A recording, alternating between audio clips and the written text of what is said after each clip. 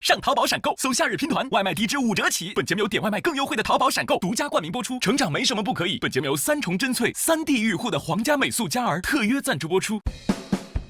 就算是个路人甲，咸鱼也要翻身的。浪花飘飘飘飘飘飘飘飘飘，谁不是个路人甲？谁又有资格评价？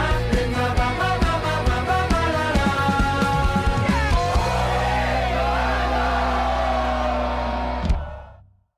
上淘宝闪购，搜夏日拼团，外卖低至5折起。本节目由点外卖更优惠的淘宝闪购独家冠名播出。成长没什么不可以。本节目由3重真萃3D 御护的皇家美素佳儿特约赞助播出。听个段子电充好，感谢5分钟充好9分钟充饱，零下30度只多3分钟的比亚迪汽车赞助播出。轻松爆梗随口来，一口维他爽开怀。感谢真茶真宁真爽的维他柠檬茶赞助播出。华为 Pura 90系列新一代2亿智拍旗舰，2亿智拍一出手，追星大片跟着走，为健康做好药。本节目由东阳光药赞助播出。土地有温度，美食有态度。感谢爆笑零食好 homie10个晴天美食小铺赞助播出。欢迎来到淘宝闪购喜剧之王单口季。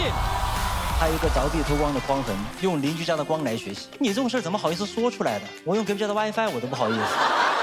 我说我长大了想当太空人，他想当太空人吗？他不就想吃果子？我听得懂长什么吧？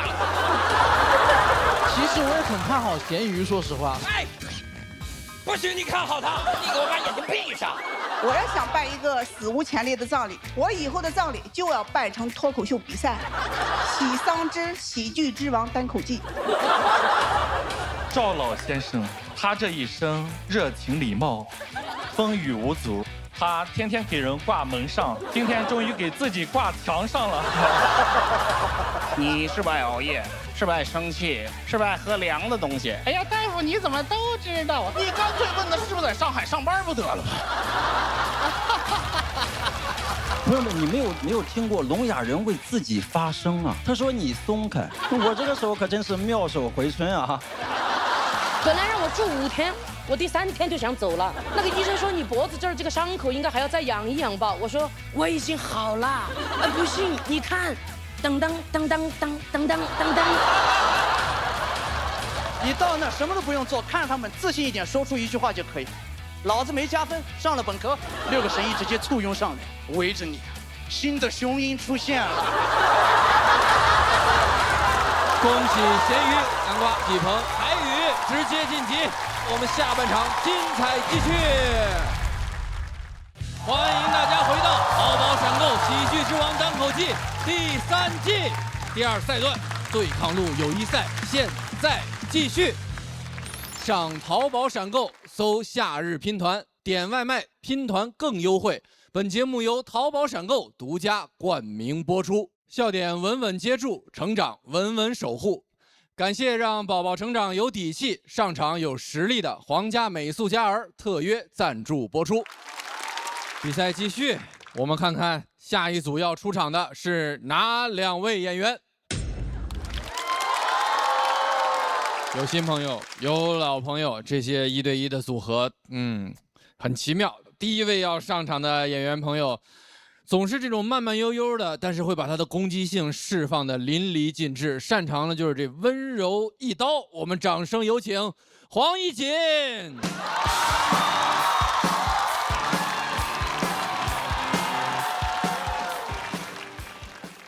谢谢 ，Hello， 大家，我叫黄一锦，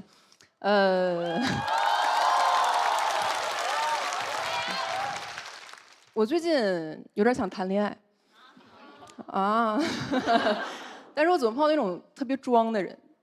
我前天刷社交软件，有个男生给我发来一条消息，他说 ：“Hello，I'm from Hong Kong。”你是哪里人？我说你装什么呀？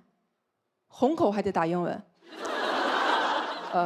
大学接触过一个男生，就有点装，老跟我说想过那种不被定义的人生。大2跟我说他要退学，说觉得大学正在摧毁他。后来我一打听，说是他老挂科，大学要开除他。还跟我聊情史，说他自己受过伤，不敢动感情了。但他原话是这么说的，他说曾因酒醉鞭名马，不敢多情泪美人。我说这不是喊麦吗？这我咋接呀？你不敢多情泪美人，我抽烟只抽宣赫门。天天跟我聊什么独立音乐、哲学、文学，我感觉聊这些就是男生勾引女生的一种手段，是吧？你就感觉他跟你说这是康德，这是弗洛伊德，这是沃氏、沃德。我现在有时候也能理解一点吧，我觉得这些行为就是装啊，聊哲学，想营造一种神秘感，想让女的对他好奇。我经常感觉女的一旦对有些男的产生好奇啊，女的就要开始倒霉了。有些男的一旦对女的产生好奇呢，女的就要开始倒霉了。有一天他开车送我回家，但是过程里我是发现了这个人一些优点啊。第一个优点就是他有车，第二优点他是个很温柔的人，他会很温柔地提醒我系好安全带，然后再去别另一辆车。那天我们那个车刚上高架的时候，被一个司机变道超车，可能不小心别了一下，其实幅度很小，我都没有注意到。但可能因为他车里放的是那个《古惑仔》的主题曲，我不知道你们听没听过，就是那个“叽喳风滚哦”，也没说。这个男的情绪一下就上来了，一脚油门狠狠别了回去，给我吓傻了。他是从车的右边别的，撞就先撞到我，刮就先刮到我，甚至那个司机骂有病吧你。先有病的也是我，但这个事儿如果就到这儿结束了也还好，但他不知道下了高架是一个红灯，那个司机把车整个横在了红灯下面，拦住了我们的去路。那个司机走下车，靠在车门上点燃一支香烟，看向我们。大哥长得跟孙红雷一模一样，我俩在车上面面相觑，谁也不敢出声。车里唯一还敢出声是那个音响。但音乐已经从《古惑仔》的主题曲换成了片尾曲，就是陈浩南和他女朋友被人活活打死的时候放的那段音乐。我抬头看了一眼那个红灯，99秒，孙红雷朝我俩走了过来，越走越近，越走越近，越走越近。这个时候，这个男的按下了车窗，我这边的车窗。我那会儿特别怀念90年代那种手摇把车窗，但我真没招了。孙红雷过来骂骂咧咧让他下车，我也怕他俩打起来。大哥都站我这边了，我怕大哥越过我打他的时候亲到我，我就只能劝我说你千万别下车，千万别下车。这个时候我发现这个男生另一个优点，很听话。我看那个手从方向盘上缓缓滑到安全带的卡扣上，但是不按，但是呢也没有挪走。我后来想了很久，他为什么这样？我觉得他很有可能啊，是怕我按，他挡在这儿了。我看这个架势，我也指望不上他了，我就开始跟大哥求情，说好话。我说实在不好意思，你别跟我们一般计较，我们岁数小不懂事儿，他脑子有病。看康德。那个大哥可能看我态度好，也没太为难我们。骂了2句脏话，开着车扬长而去了。车上就剩我们2个人，太尴尬了，死一般的尴尬，尴尬的向我们大哥喊回来，能不能把我也带走？剩下半个小时，他一句话都没跟我说，直到把我送到我家楼下，憋出了一句：“要不是你，我就下车干他了。”这个事儿之后，我一直在想，我觉得这种很爱装的人啊，他真的是很需要一个伴侣，一方面保证他装的时候有人看，另一方面保证他装的时候不挨揍。他要是跟我结婚的话，是必须上交工资的。他交的不是工资，是他的保护费。你交了这个钱，我坐你副驾上，下次你再装马上要挨打的时候，我就可以劝我说：“老公别生气，老公别下车，老公别跟他一般见识。你不交这个钱，我说老公，他骂你。”讲到这儿吧，谢谢。谢谢黄一锦。喜欢黄一锦这段表演的观众朋友，千万不要忘记为他投票，请锁票。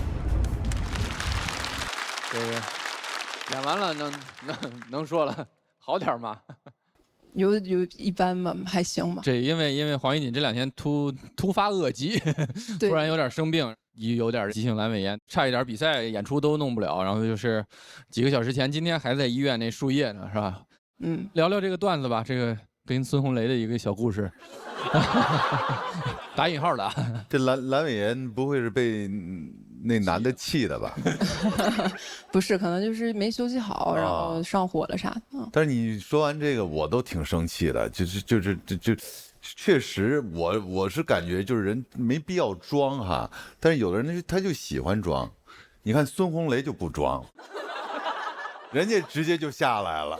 我觉得特别好一点在哪儿？我说这个用了孙红雷以后，我就刚才我就觉得很妙说怪不得他这个段子他就很精简很短，你知道吧？因为一说孙红雷这3个字儿，就节省了500个字的描述，你知道吧？是吧？这那个人是啥样的，就清清楚楚的就站在那儿了，危险度有多大哈？其实孙红雷很温柔的，他就找我们买西瓜是吧？我之前特别喜欢一景那个，就是很有攻击性的那一面。今天我觉得可能是你身体的关系啊，就是你的段子其实是还挺有攻击性的，但是你的那个状态好像没有达到一个频道上，所以就是有点两边有点不对等了，所以有点吃亏。没事，因为您这风格本身就是其实是用很软的劲儿说很硬的话，但现在因为您现在有点太虚弱了，这没办法，这个今天没赶好时候。行，快让你过来坐会儿吧，别折磨人家。来到这边休息区休息一下。第2位要上场的演员，第一次来到喜单的舞台，上次可以说是一脚就又踹开了原生家庭这个赛道的大门，而今天还要继续深耕这个赛道。掌声有请刘大卫。哎 ，hello， 大家好，我是刘大卫。跟大家聊聊我妈。刘大卫不是我的真名，是我的艺名，倒不是说讨厌我的真名，寓意倒挺好的，也是我妈给我起的。刚出生的时候，希望我每天都开开心心的，给我起了我这个本名，但主要是太尴尬，跟我形象太贴切。我本名叫刘欢。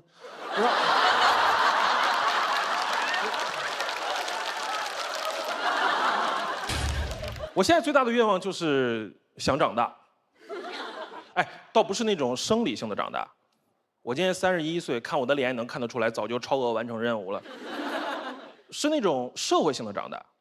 我妈是一个控制欲特别强的人，我很爱她，但有的时候不知道如何跟她平等的沟通。她直到现在依然会用那种约束孩子的方式去约束我，让我觉得压力稍微有点大。过年，躺沙发上放松一下，看会儿电视。觉得我的体态不对，你就好好说好商量，不非要用那种命令的语气。坐直了，躺床上玩手机，坐直了。看见有人躺着要让人坐直了，我都担心他有一天去参加别人葬礼。而且你服从他的第一个命令，他也不会满意的，只会有无数的命令等着你。你在那儿趴着，让你坐起来，坐起来，让你坐直了，坐直，让你挺胸抬头。3句话给我说净话了。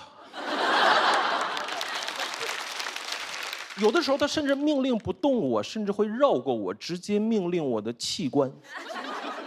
你们见过有人跟器官说话吗？我躺床上玩手机呢，我妈一推门进来，眼睛。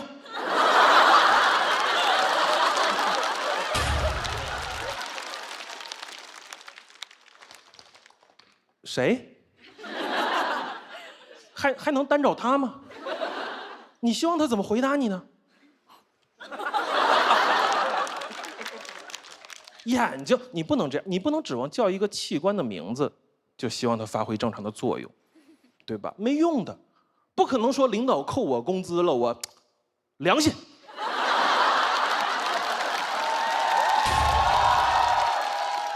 我好歹还有眼睛呢。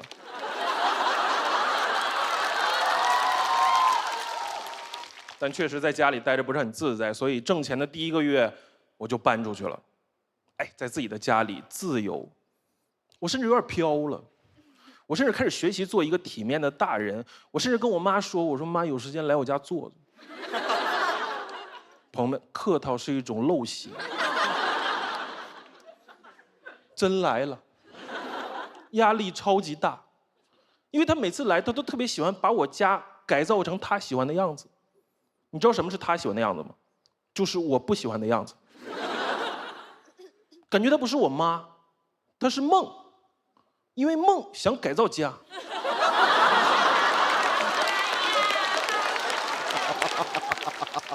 我那个屋子其实装潢的非常极简风，我妈一来，不知道从哪儿变出几块白色蕾丝花边大布。你们见过那种布吧？哎，你都不知道从哪儿买。沙发枕上一盖，茶几上一盖。哎，这些我都还能理解，你怕脏。你电视顶上盖一块啥意思呢？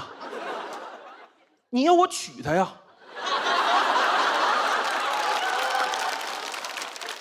我每次看那个电视，我得把那个盖帘挑起来。我说怪不得，我小时候看电视时间稍微长一点，我妈就说：“哼，你长大了跟电视过去吧。”我最受不了的一点，就是她经常会打着你不会过日子的名义，把她的生活方式强加到我身上。最难受的一点就是她特别爱往我家的洗洁精里兑水。我不知道你们家里长辈有没有类似的生活习惯，因为他觉得原装用太浪费了，所以要兑水扩大它的体积。他都不是说这一瓶快用光了剩个底儿，灌水物尽其用用光掉，他是买一桶新的，不是浓缩的啊，普通那种新的，找一个单独的瓶子，调配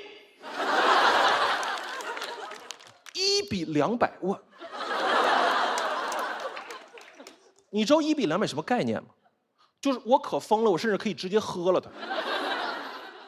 我家的洗洁精别说不伤手了，都不伤胃。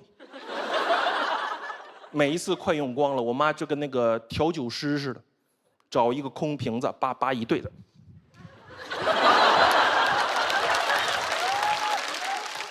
鸡尾水。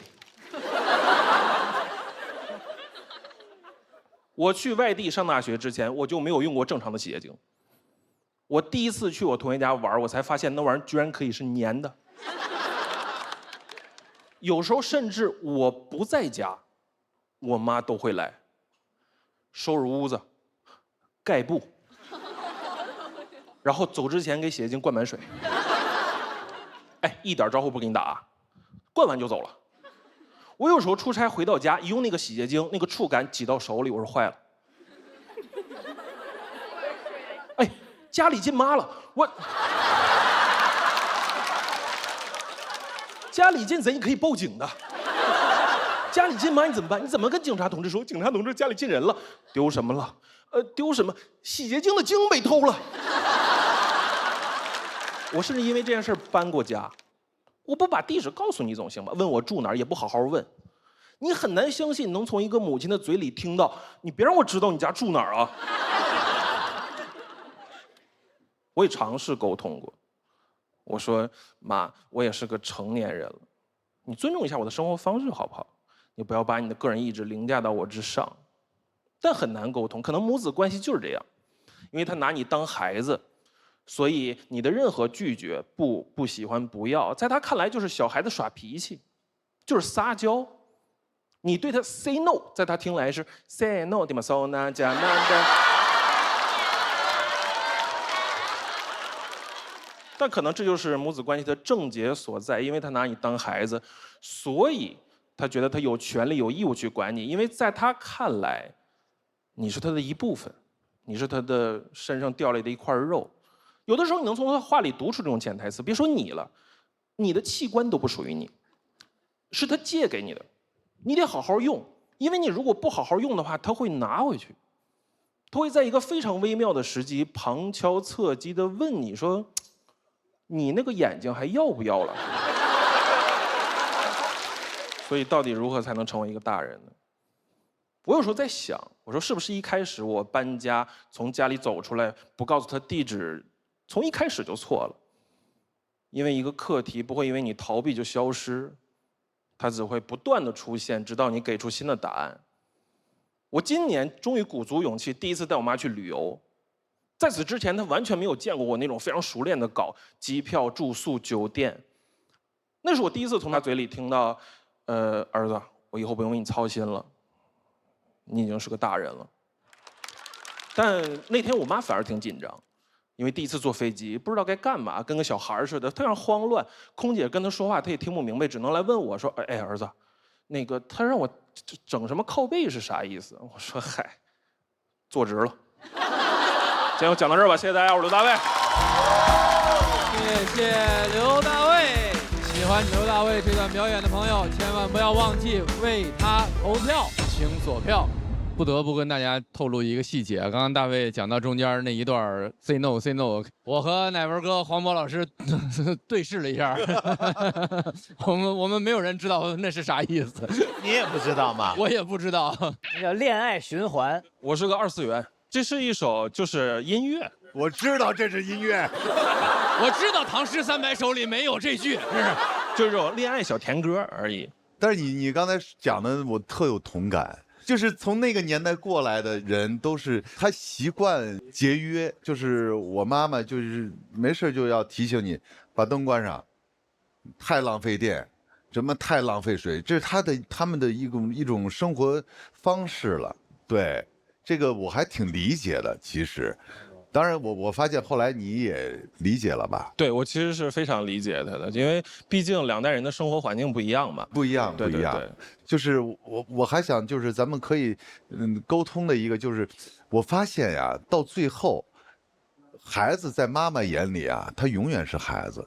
你看我到现在，我感觉我在我妈妈眼里还是孩子，甚至他都到现在还经常性的问，哎，你还有钱花吗？然后呢，你说有，他说你为什么不给我点？我没说没有就不错了。我可能这个稿子的底层逻辑是，我不希望我的妈妈只是我的妈妈，我希望她优先是她本人，其次才是我的母亲。所以我其实是相当于，所以我在前提的时候没有说你希望尊重我，而希望我们之间用个体的身份来平等沟通。对。有一次我听老人说了一句话，说我们这一代叫两世为人。是为什么？因为他们年轻的时候跟我们现在的生活，其实它不是说是前些年，是2个世界。我领他去，有时候那时候去看房子，进去以后就把人那个售楼处那样板间的灯一个挨一个的全给关了，后边那个导购眼都快直了，我天哪！因为那窗户是假的呀，没灯它就一点亮也没有。当时确实不理解，但你回头想想，他们认为这是对你成长有用的东西，会再copy到你身上来啊，什么时候坐直了，眼睛这个都是有同感。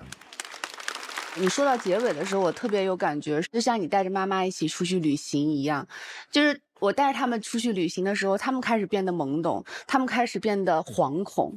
就那一刻，你感觉我变成大人了，他们好像慢慢变成孩子了，就还最后的结尾挺打动我的。而且我觉得大卫很调皮，就是一些刚才唱的什么歌，就是这种我听不懂的东西，它融合的都很好。他主要是那个歌从他这个长满了胡须跟头发的脸上唱出来，很有反差感。刘欢老师哪唱过这种歌？我特别喜欢那个大卫的一点是，因为本身讲原生家庭的东西特别多，我觉得大卫特别好的点在于他总在试图去理解这个过程，理解这个行为，然后去想怎么样才能解决这个问题，包括到最后带着妈妈出去，所以我觉得特别好，就他永远在用爱来解决一切，就把一切负能量都用爱来代替。谢谢郭老师。是的，很温暖。好，那我们也赶紧把衣锦也请到舞台中央。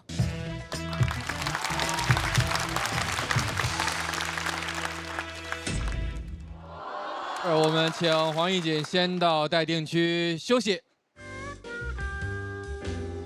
比完赛，我知道分数可能不太好，因为他状态也不太好，不知道该怎么说，好心疼，好棒啊！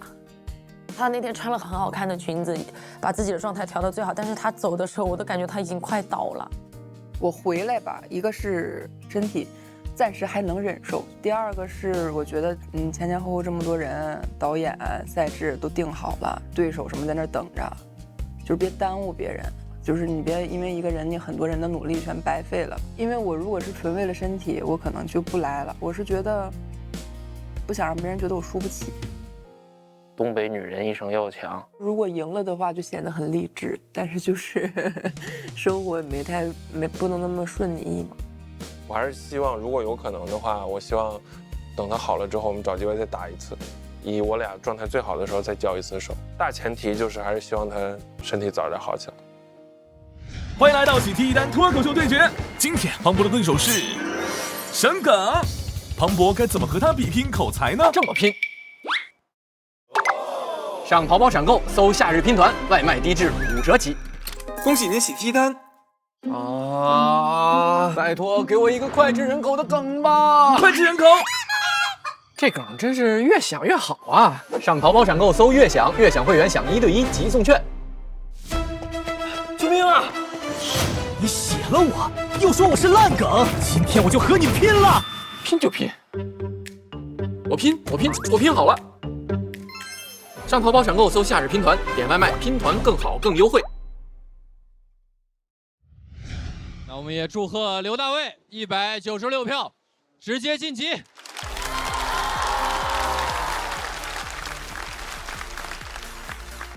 下一组对决会是谁呢？小爽、戴维。第一位要上场的这位朋友，充分发挥了导游精神，掌声有请小爽。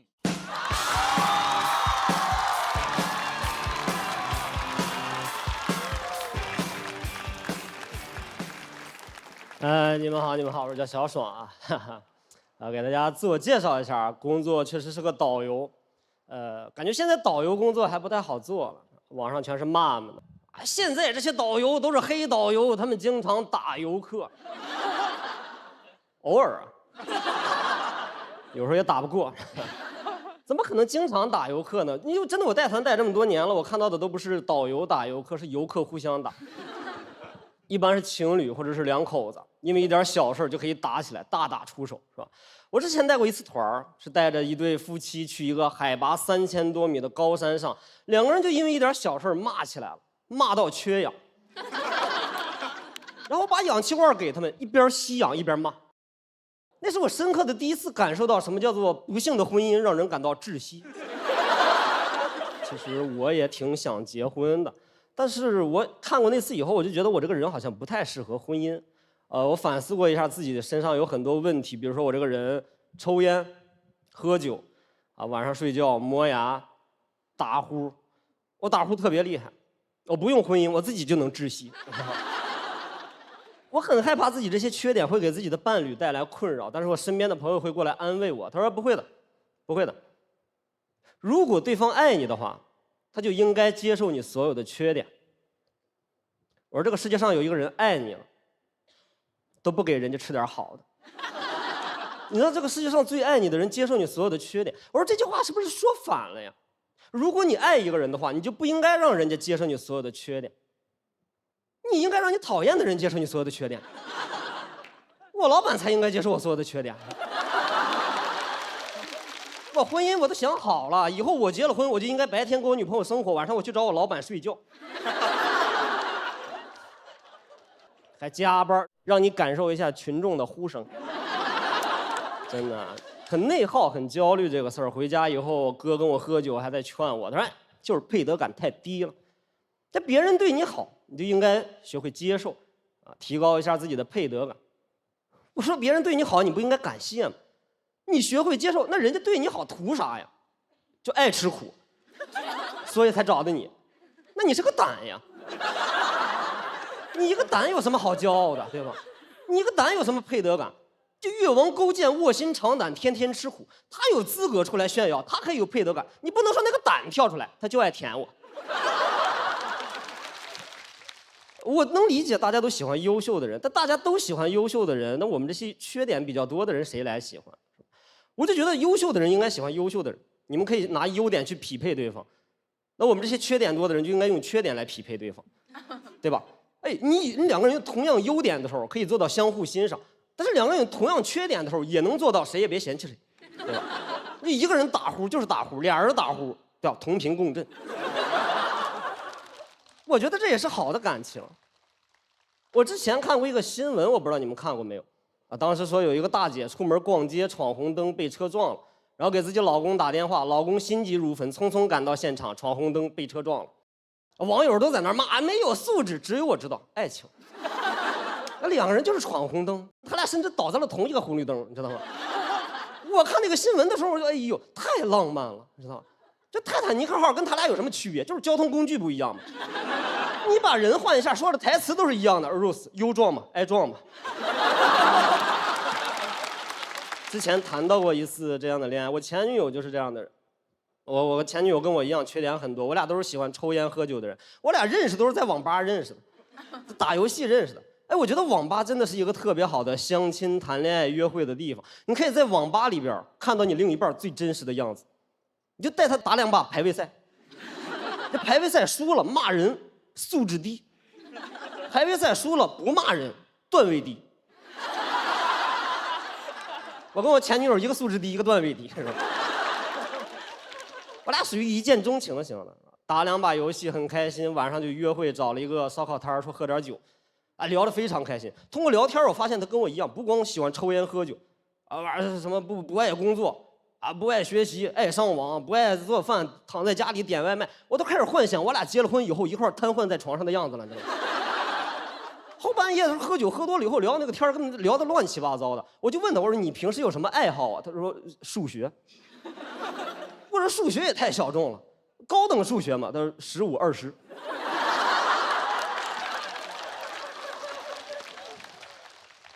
那你会吗？我说我不会，但是我可以学一学，是吧？后来我就开始拼命的追她，我觉得跟她在一起才能做到那种真正的放松，不会焦虑，不会内耗，不会瞧不起自己。开始拼命的追她，投其所好，喜欢什么送什么。她喜欢抽烟喝酒，玩命的给她送烟送酒。每次去她家我拎着烟酒，她家邻居不知道我是在追她还是在追求她的父亲，知道吗？进展特别快，大概过了半个月左右，她主动约我说来我家喝酒吧。啊，来我家喝酒比较放松嘛，外边下雨，哎，真的那也是那次我去跟他告白，我发现他是一个特别真实的人。这2个人在家里边喝酒放松到什么程度？就放松到我俩喝酒喝了一半的时候，当着我的面放了一个巨响的屁。我当时还觉得怕小姑娘有点尴尬，我心想才认识半个月，人家姑娘可能脸皮有点薄，不好意思。他没有，他一看，响不响？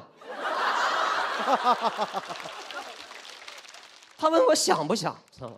就我知道情侣之间会问一些奇怪的问题，人家问的是你想不想我，他问的是我想不想。我说我能怎么回答？我说吓我一跳，我还以为啤酒瓶倒了呢。他看我在那儿愣了，他也觉得我有点尴尬，然后还过来挑衅我。他说你会吗？我说我不会，但是我可以学。讲这儿谢谢你们。谢谢小爽。喜欢小爽这段表演的朋友，千万不要忘记为他投票。请锁票。好奇妙的一段爱情故事啊！其实理论上我们不应该追究段子的真假，或者是有多少成分来自艺术的虚构，但从情感上特别希望这小故事有一个圆满的结局。谈了有个2、3年，然后因为家里不同意就分手了。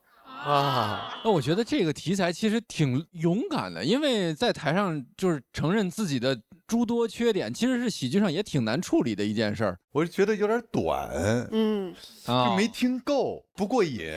就是我还想听后面怎么样了，包括你刚才后面你说分手了，我以为你能接着能讲下去。我之前专场最后是聊过这一段，但是就是讲到自己分手，但时长又没有那么多的话，观众可能会停在那儿说：“哎呀，怎么谈这么多年分手了？”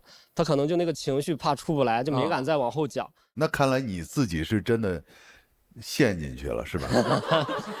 确实当时陷进去了，听着感觉挺幸福的。其实我们都已经都暗戳羡慕上了，都觉得特别好。光讲这事儿就让我们觉得特浪漫。就互相能那么坦诚的去相处，然后你又能把这些东西给说出来，本身就觉得我们就是笑滋滋的在那种看的感觉。而且小爽刚才说一件事，我觉得就是如果你自己都没有办法欣赏自己的优点的时候，缓解一种焦虑，就是我们可以找一个跟自己所谓臭味相投的人。对，哎，真的很开心。对，就是反而是一种同频和一种欢乐。对，而且他真实。我问他，我说我想在节目上讲你这些缺点，能讲吗？他说可以，你给我买条烟就行。太真实了，我连牌子都没要求，你知道吗？谢谢小爽，谢谢。请你先到休息区休息。接下来要上场的这一位呢，上一场就跟我们聊这所谓的脆皮中年人的日常，今天又要跟我们分享一些人到中年的小苦恼了。掌声有请戴维。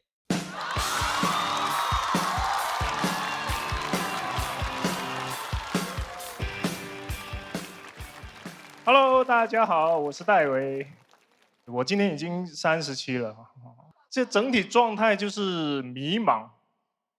都说40不惑，我现在是惑，真的时代发展太快了，感觉每天都在飞来横祸。自媒体我就看不懂，也跟不上。你知道前几年就脱口秀演员开始做自媒体，把自己演出视频发到网上，当时我觉得他们都疯了。你这么搞，谁还会买票？然后付航就火了。我真的反应太慢了，刚学会写内部梗，付航都已经不来了。我最近才想明白这个事情，还是得做自媒体。但赛道已经很拥挤了，在考虑做团播。会跳的不多，有一点机械舞的基础，想模仿春晚机器人，刷一个礼物，讲一个段子。大概就是这样。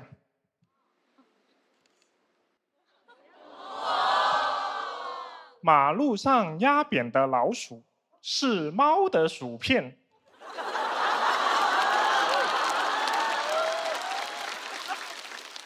想到趁春晚这个点都已经端午了，真的跟不上这个时代。我感觉怎么我越长大要学的东西就越多，然后现代人的生活也没有在变简单。逼得我整个人变得很叛逆，停车费不会积分抵扣，我就付原价。每年退税算不清楚，你就扣吧。去看病医疗保险填不明白，那不看了。我真的受不了，而且我自己事情还没学明白，小孩的事情已经摆到我面前。